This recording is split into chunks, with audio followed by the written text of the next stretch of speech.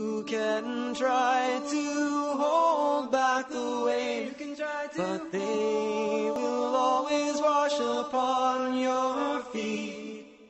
Two waters flow with a barrier in between, the salty sea and rivers fresh and sweet. Two waters flow with a barrier in between. Bismillah, wassalatu wassalamu ala rasulillah. Dear brothers and sisters, I greet you with the greeting of peace. Assalamu alaikum wa rahmatullahi wa barakatuh. And welcome to a new episode of Contemporary Fiqh Issues. We have with us today our special guest, Shaykh Assim bin Luqman Al-Hakim.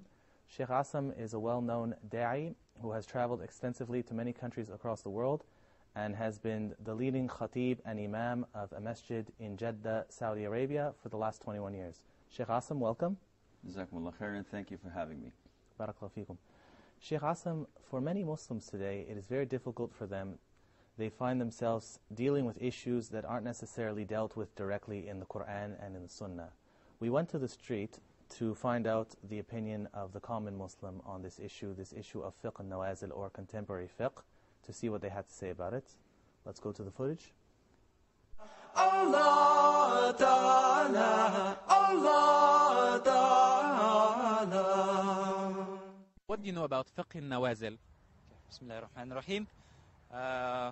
What do I know about fiqh al-nawazil? Fiqh al-nawazil is about a methodology in Islam where we can deal with emergency situations, like in wudu, how we can take a wudu in desert, whereas there's no water present in desert. There's also many things. I think I know about it, not much. No, I don't know anything. Fiqh nawazil? Sorry, I don't know. Fiqh nawazil? Actually, there's no much thing I know about fiqh nawazil. But what I know is fiqh nawazil is about Islam give us some chance in emergency case, such as a pregnant woman. It is not obligatory for her to continue her fasting. If she scared about the baby's condition. Allah Ta'ala, Allah Ta'ala. And welcome back, Shaykh, Jazakallah khairan. As we can see, many of the Muslims equate fiqh al-nawazil or contemporary fiqh issues with issues of dururi or issues of necessity. Could you please elaborate on this issue, especially this term that is new to many of us as Muslims? Bismillah ar-Rahman ar-Rahim, alhamdulillahi rabbil alameen, wa sallallahu wa sallam wa baraka ala abdihi wa rasulihi al-ameen, nabiyina Muhammadin wa ala alihi wa sahbihi ajma'in. This is quite new to a lot of the Muslims, as it's a branch of science that not a lot of Muslims know about, simply because it is not addressed to the mass or to the public. Only a handful of scholars who are qualified to discuss these things know about it. Yet, this branch of fiqh is very important, because we know that jurisprudence or Islamic fiqh is divided into a number of categories. So there is the fiqh that deals with forms of worship, such as purification, prayers, fasting. And there is another part of fiqh that deals with transactions, and so on. Fiqh al-nawazil is the understanding of the nazila, which is the singular of nawazil, which is a plural name of it. And if you look at the origin of the word nazila, it comes from the word descending. So it is engaged, it is focused on studying issues that are happening in contemporary times, and they require an Islamic ruling. So there are things that happened at the time of the Prophet ﷺ, and the Qur'an either answered them, addressed them, or the Prophet ﷺ himself gave the verdict or the Islamic ruling on them. But Islam is a religion that's being revived on and on. It's a living religion. It's not something that is suitable for a particular time or a specific location. It's reoccurring. Things that are reoccurring need to be addressed over and over again. And that is why we need to strive to know the ruling of the Sharia on a particular incident. This is where an-nawazil come in.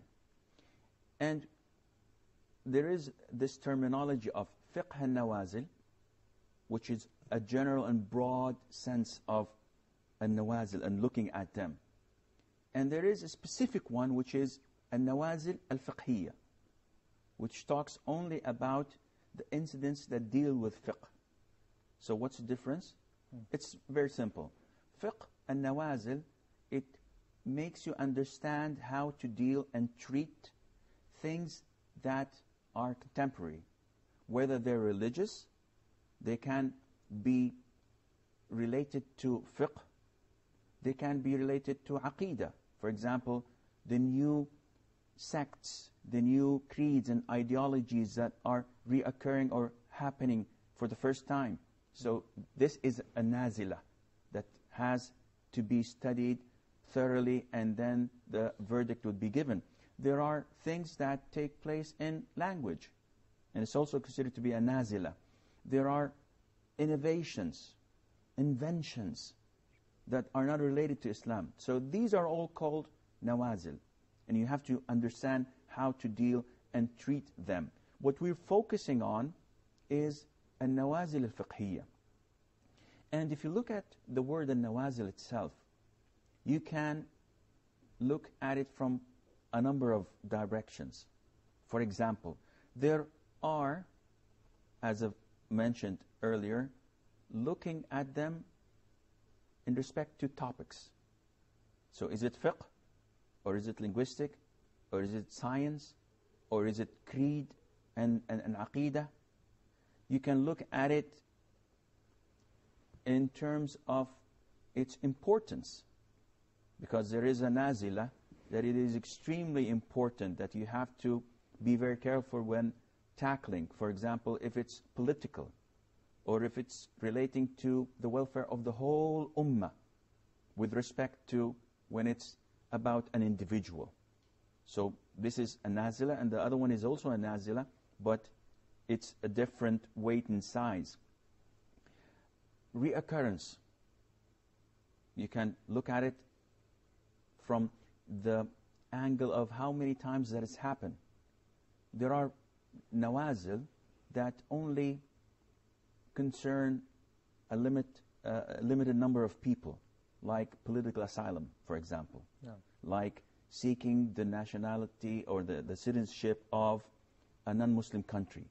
This is addressing a limited number of people. But there are also something that happens a lot to Muslims, like praying in the airplane. This is something that did not take place at the time of Prophet ﷺ, so we have to give a particular ruling to in this regard. There are things that happen in between. We need to look into them, such as bank accounts, credit cards, etc. So it depends on how you look at it. And of course, the final angle, or one of the angles that you can look at this topic as well, is whether it has an origin that took place at the Salaf's time, or it's completely new. Salaf meaning earlier generations? Yes, that's exactly what I meant. Because, for example, if you look at Sperm's Bank, they never had anything, they never anticipated having anything like this. So this is something that's completely new. But if you look at some forms of transactions, such as Bay' al-Murabaha, which is a Murabaha transaction, and it's a sort of Islamic financing. Well, this had an origin to it at the time of our predecessors, but it's not exactly as they discussed it. So we have to look into these things, dissect it, analyze it, and then give the ruling of it. أحسن الله إليكم. So what we understand then is that fiqh nawazil or nawazil fiqhiyya is, in general, it's a contemporary issue. It's something where we look at modern day issues and we're trying to understand how Islam can deal with these issues, because there's no direct ruling found in the Qur'an or in the Sunnah. How does this fall back on the fundamentals of the religion, or looking at the fundamentals when dealing with deciphering these rulings? When the scholars go and issue a ruling, how does it go back to the fundamentals? Can you please explain for us? Okay, that's a good question. We have to understand, first of all, that it's exactly what you have just mentioned that made these issues come up to the top. This technological advancement, this industrial boom that we are living, calls for new things. And these new things can only be looked at from this branch of fiqh, because it did not have any direct link in the Qur'an or in the Sunnah directing us to them. And that is why scholars had to put a lot of effort trying to figure out how to give the ruling on such topics and issues. And I believe, I don't know if you share this with me, but I believe that this shows us how strong Islam is and how compatible it is to all times and to all places. I believe that it is a great manifestation that Islam is appropriate for all times and locations. Barakallahu feekum, ya Shaykh. I don't think there's any Muslim that can disagree with that statement. We'll continue in just a moment, inshallah, after we go to the break. Assalamu alaikum wa rahmatullahi wa barakatuh. Allah Ta'ala, Allah Ta'ala, Allah Ta'ala.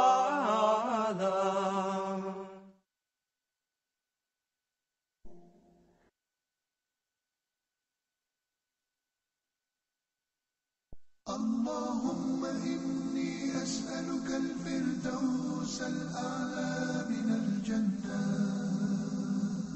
اللهم إني أسألك الفردوس الأعلى من الجنة.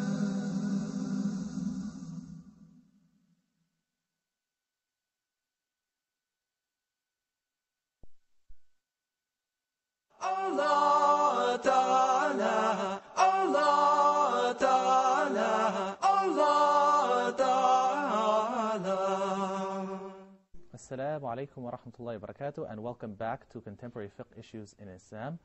We were just discussing right before the break with Shaykh Assim bin Luqman al-Hakim. Shaykh Asim, we were discussing the issue of how Islam is a universal religion and it's for all times and place. And one of the miracles of Islam is that it can adapt with an essential look at its fundamentals when addressing any issue, no matter how big or how small. How do Muslims deal with these new issues, these contemporary issues, when they come about? Is there a procedure to follow? Is there certain steps that we have to look towards?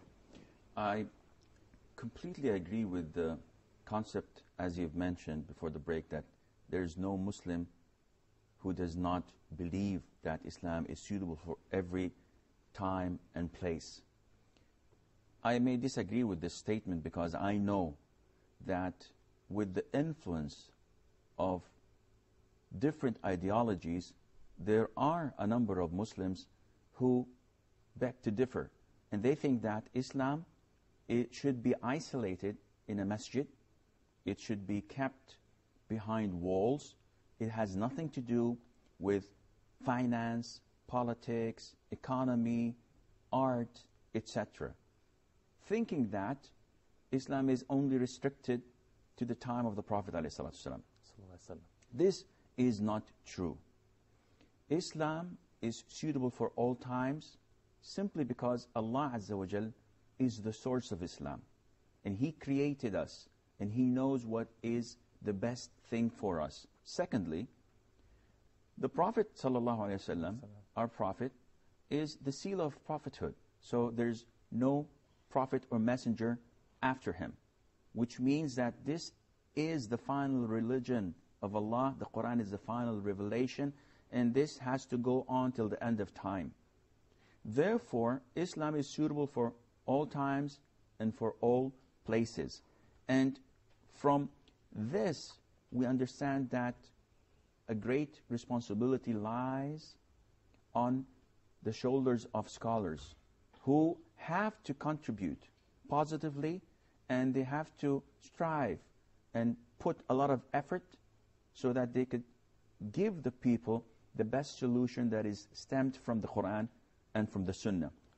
And which also calls us to apply Islam in all aspects of our life, not only in our forms of worship, prayer, fasting, etc., but also in politics, in economy, in running the country, because Islam is a way of life. It's not only forms of worship that should be isolated in a masjid or segregated from our life.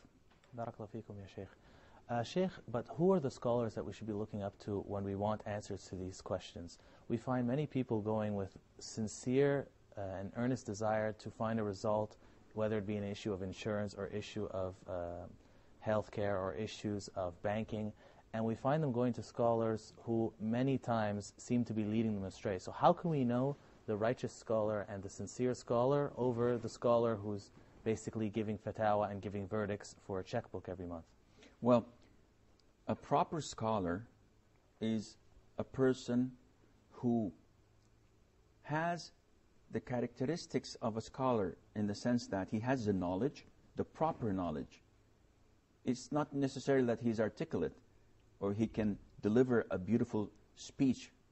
It's not necessarily that he's a good orator, but he has to possess the tools of knowledge, of Islamic knowledge, that gives him the way or the means to give fatwa.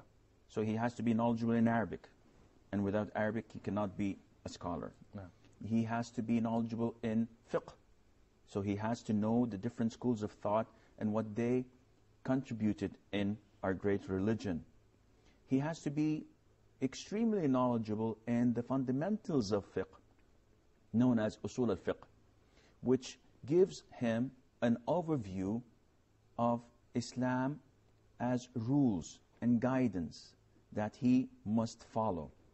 He has to be knowledgeable of contemporary issues, so he cannot give fatwa without knowing where this came from. And this is why, if someone asks us, is there a process that we should follow to give a fatwa on such new incidents? And the answer is yes.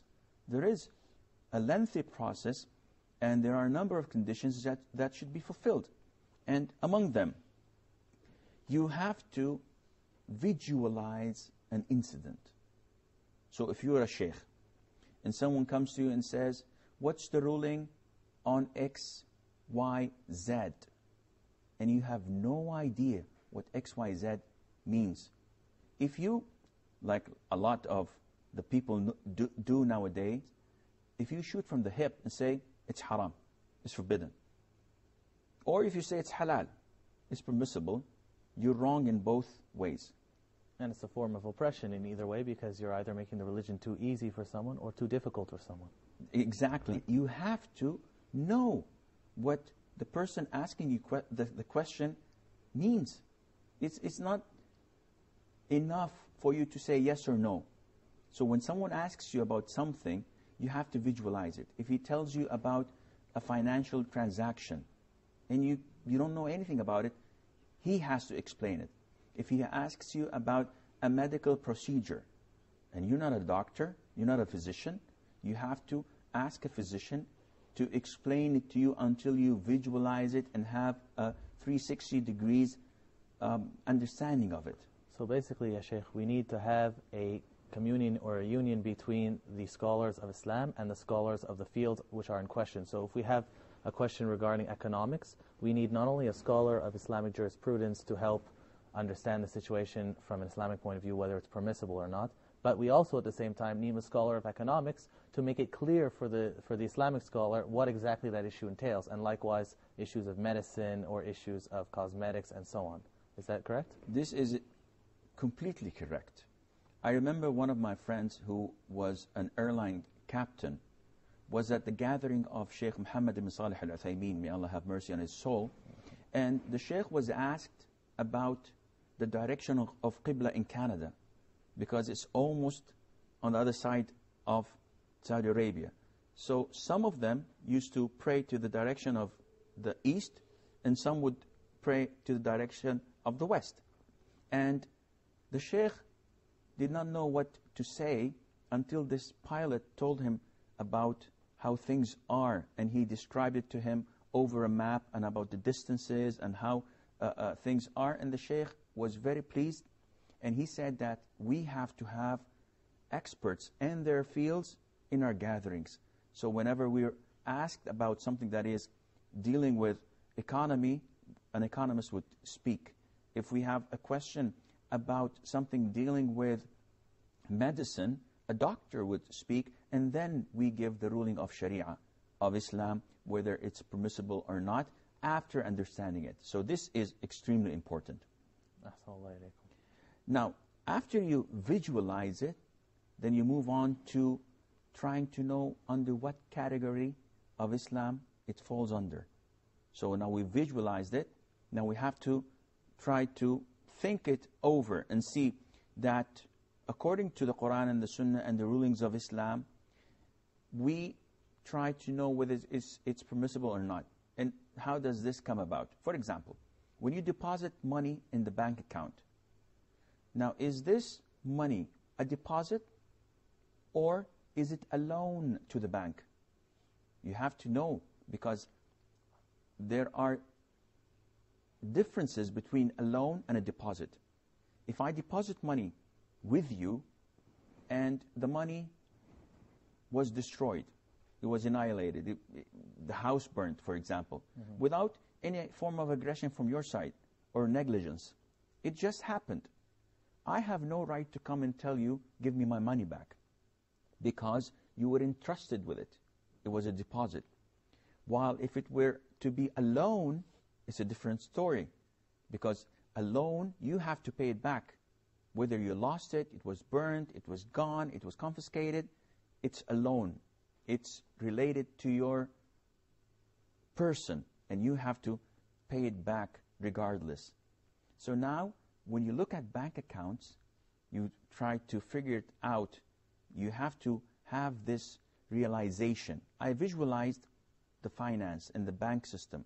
Now I have to visualize under what ruling does it fall in Islam. Is it a loan or is it a deposit? Likewise, in so many things that would add value to you and know how to look into it. I'll give you an example. Scholars say that in order to know under which category it falls under, there are 4 types. One, that falls under a general verse of the Qur'an or of the Sunnah or of the consensus of scholars. For example, among the contemporary things, if you electrocute an animal and it's dead, so can I eat the meat or not? This falls under the category or the verse of the Qur'an that it's a dead meat. Whether it was killed by hitting it on the head, electrocuting it, etc., it's dead. So this has a direct ruling and a direct evidence for Yes, it. Okay. This is part 1. Part 2, things that do not have a clear-cut direct ruling, but there is something that took place long ago that we can put it under the same ruling. For example, an open buffet. It's a contemporary thing. You go to hotels, restaurants, you pay a fixed amount of money and you can eat all what you want. Yeah. So if you're thin and skinny, and it's different to your consumption if you are big and fat. So scholars said, how can we look at this? How can we figure it out? There's nothing in the Qur'an or Sunnah that governs this. Yes, but there are similar things that are equal in it. So using qiyas or analogy to compare. Sort of, but to an incident that took place. For example, they measured this to an issue of the public baths. Barakallahu feekum, Shaykh. Unfortunately, we're just about out of time for today. Until next time, Assalamu alaikum wa rahmatullahi wa barakatuh. You can try to hold back the waves, but they will always wash upon your feet. Two waters flow with a barrier in between, the salty sea and rivers fresh and sweet. Everything Allah commands to be will always become a reality. Everything Allah commands to be will always become a reality. Allah